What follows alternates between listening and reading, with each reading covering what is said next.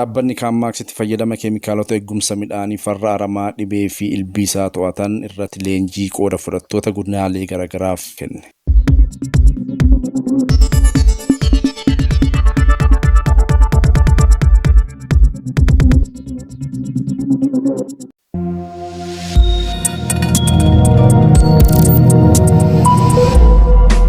Dhaabbanni Kaanmaaksitti fayyadama keemikaalota eegumsa midhaanii farra aramaa dhibee ilbiisaa to'achuu danda'an irratti qooda fudhattoota godinaalee Oromiyaa garaagaraaf magaalaa Naqqamteetti hubii kennee jira. Oomishaaf oomishtummaa dabaluun qonnaan bulaan callaa gaarii akka argatuuf midhaaniif eegumsa gochuun murteessaa waan ta'eef keemikaala farra aramaa fi ilbiisaa fayyadamuun ni gorfama. Dhaabbanni Kaanmaaks keemikaalota eegumsa midhaanii farra aramaa dhibee fi ilbiisotaa to'achuu danda'an dhiyeessuurra darbee hubii qonnaan bultootaa fi qooda fudhattootaaf kennaa jira. Kanuma kaayeffachuunis waltajjii qooda fudhattoota godinaalee lixa Oromiyaa garaagaraa hirmaachise magaalaa Naqqamteetti kennamuu dhaabbata Kaanmaaksitti ogeessi agiroonomistii Dirree Daanyee Abbuu kan himan. Kan kee Daanyee Abbuun jedhama. Dhaabbata Kaanmaaks Group keessatti ogeessa agiroonomistii Dirreeti. Guyyaa har'aa kana dhaabbanni keenya Kaanmaaks Group jedhama. Farra keemikaalaa, farra dhukkubaa, farra aramaa, farra ilbiisaa alaa galchuun akka biyyaatti kan raabsudha. Biyya Hindii fi biyya Chaayinaarraa maanufakcharii guddaadha. Dhaabbatoo jedhamerraan keemikaala gara biyya keessa galchuudhaan raabsa. Carraa kanaan Maize Belt area kan jedhamu moor naannoo Wallaggaa Shawaa Lixaa dabalatee Bunnoo Baddallee fi Lubbaaboor dabalatee naannoo itti boqqolloon hektaara guddaa irratti oomishamu waan ta'eef nuti immoo gama eegumsa midhaaniitiin hojiiwwan gurguddaa akka biyyaatti hojjechaa waan jirruuf gama boqqollootiin farra aramaa, farra ilbiisaa akkasumas immoo farra dhukkubaa qorichoota ta'an qotee bulaa irratti qotee bulaadhaaf leenjii kennaa irraa qotee bulaa qofa osoo hin taane qooda fudhattoonni hundi argamaniiru. Sababni isaa qonna keessatti liinkeejiin walitti hidhamiinsi yoo hin jiraanne oomishaaf oomishtummaan biyya tokkoo guddachuu waan hin dandeenyeef liinkeejii sana uumnee qooda fudhattoota faana marii godhaa irraa leenjii kennaa irraa haala itti fayyadamiinsa keemikaala irratti keemikaala kam yeroo kam midhaan kamiif aramaa kamiif yoo fayyadaman oomishaaf oomishtummaan isaanii dabaluu danda'a kan jedhamu irratti leenjii kennaa irraa jechuudha. Waliigalatti hubannoo uumuu haala itti fayyadama keemikaalaa fi oomishaalee dhaabbanni qabu qotee bulaanis daldaltoonnis qooda fudhattoonni hundi fi dhaabbanni kun akka biyyaatti gahee mataa isaa taphachaa jiru hubannoo uumuudha kan inni kennaa.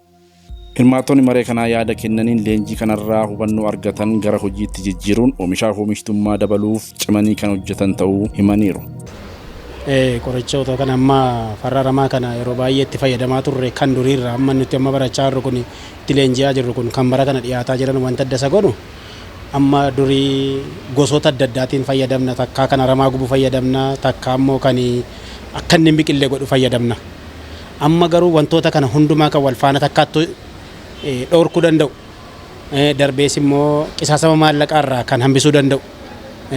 Qodaa amattillee gaafa kaartoon isaatti binnullee baay'inaan kan binnee deemnurra amma tokko kan binnu gosoota baay'ee hojjechuu danda'a. Gosti aramaa amma dhufe kun baay'ee bareedaadha.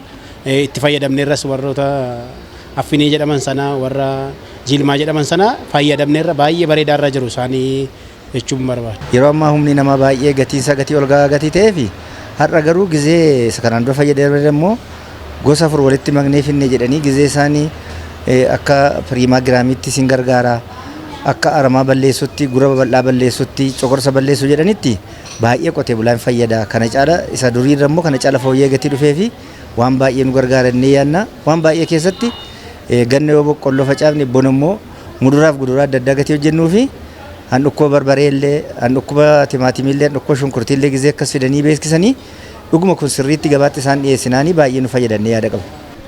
Egaa tole egaa kuni walitti ijaaramnee walitti hidhamnee dhaabbata sanas gaafachuu warra dhimmi isaa laalu qonnaa godinaa qonnaa aanaas gaafannee nunis ofii isaaniitti dhaabbata sanaan akka dhuunfaatti illee akka wal ijaarree nu dhiyeessan illee gaafanna. Itti gaafatamaan waajjira bulchiinsaa godina Wallagga Bahaa obbo Tashooma Abdiisaa waltajjii kanarratti argamuun haasaa taasisaniin galtee qonnaa mootummaan dhiyeessaa jiru cinaatti dhaabbanni dhuunfaa kan akka Kaanmaaks keemikaalota biyya alaatii fidee qonnaan bultootaaf raabsaa jiru oomishaaf oomishtummaa dabaluu keessatti gahee olaanaa bahachaa jiraachuu himaniiru. Qonna jechuun dinagdee waa hundi irraa maddu jechuudha. Hojiin qonnaa immoo waa baay'ee qaba jechuudha.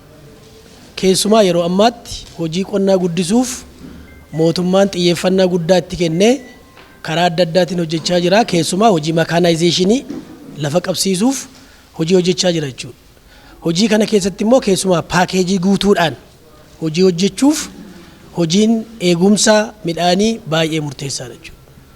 Midhaan qotuu duwwaa facaasuu duwwaa otoo hin ta'in eegumsa isaa keessumaa keemikaala adda addaa keemikaalli adda addaa kun immoo faayidaa inni qabu midhaan irratti qonnaan bulaa ol nuyi isinitti himuun hin barbaachisu jechuudha. Aramame malee hojiin midhaanii oomishtummaan akka inni guddatu gochuu keessatti gahee guddaa qaba waan ta'eef kanaaf dhaabbileen guyyaa har'aa irratti iddoo kanatti argamanii qonnaan bulaan keenyis akka isaan hubatanii gochaa jirtan qonnaan bulaa keenyis waan sinirraa eegamu bahuutu sinirraa eegamaa. Akka godina Wallagga Bahaatti qonna baranaaf keemikaala farra aramaa, farra dhibee fi farra ilbiisaa liitirii miliyoona 1.9 dhiyeessuuf karoorfame keessatti dhiyeessiin dhaabbata Kaanmaaks karoora qabame akka milkeessu waajjira qonnaa godina Wallagga Bahaatti dursaan garee misoomaa fi eegumsa biqiltuu obbo Faantaa Sabaa kan himan. Hojiin erga qonnee facaasnee booda kunuunsi midhaanii murteessaadha. Kunuunsa midhaanii kana keessatti murteessaa kan ta'e keessatti dhibee fi ilbiisonni garaagaraa baay'ee yeroo ammaa kana jijjiirama qilleensaarra kan ka'e babal'achaa kan jiranidha. Kanaafis immoo nuyis akka godina keenyaatti bara kana keemikaalota farra aramaa, farra dhibee, farra ilbiisaa naannoo liitira miliyoona 1.9 karoorfanneeti kan jirru bara kana itti fayyadamuufi.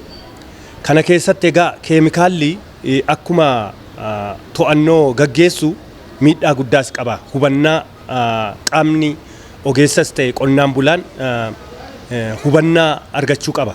Hubannaa ala keemikaalatti fayyadamtee miidhaalee qaqqabsiisuu ni dandeessa. Kana keessatti dhaabbanni garaagaraa hedduutu jira yeroo garaagaraatti akkasuma keemikaalota farra aramaa, farra dhibee, farra ilbiisaa kana biyya alaarraas kan gashan jiru, biyya keessaas kan gashan jiru.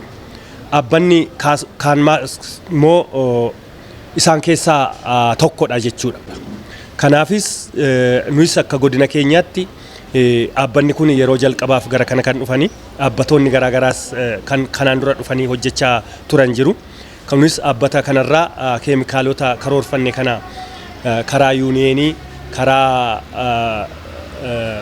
diilersoota keenya keemikaalonni kun bal'inaan godina keenya keessa galaniiru waan ta'eef keemikaalonni kun sadarkaa isaa kan eeggate kan akka ministeera qonnaatti galmaa'ee dhufan ta'uusaa adda baafamne nus keemikaalota kanatti fayyadamuuf yeroo ammaa kana irratti hubannoo argachaa jirra.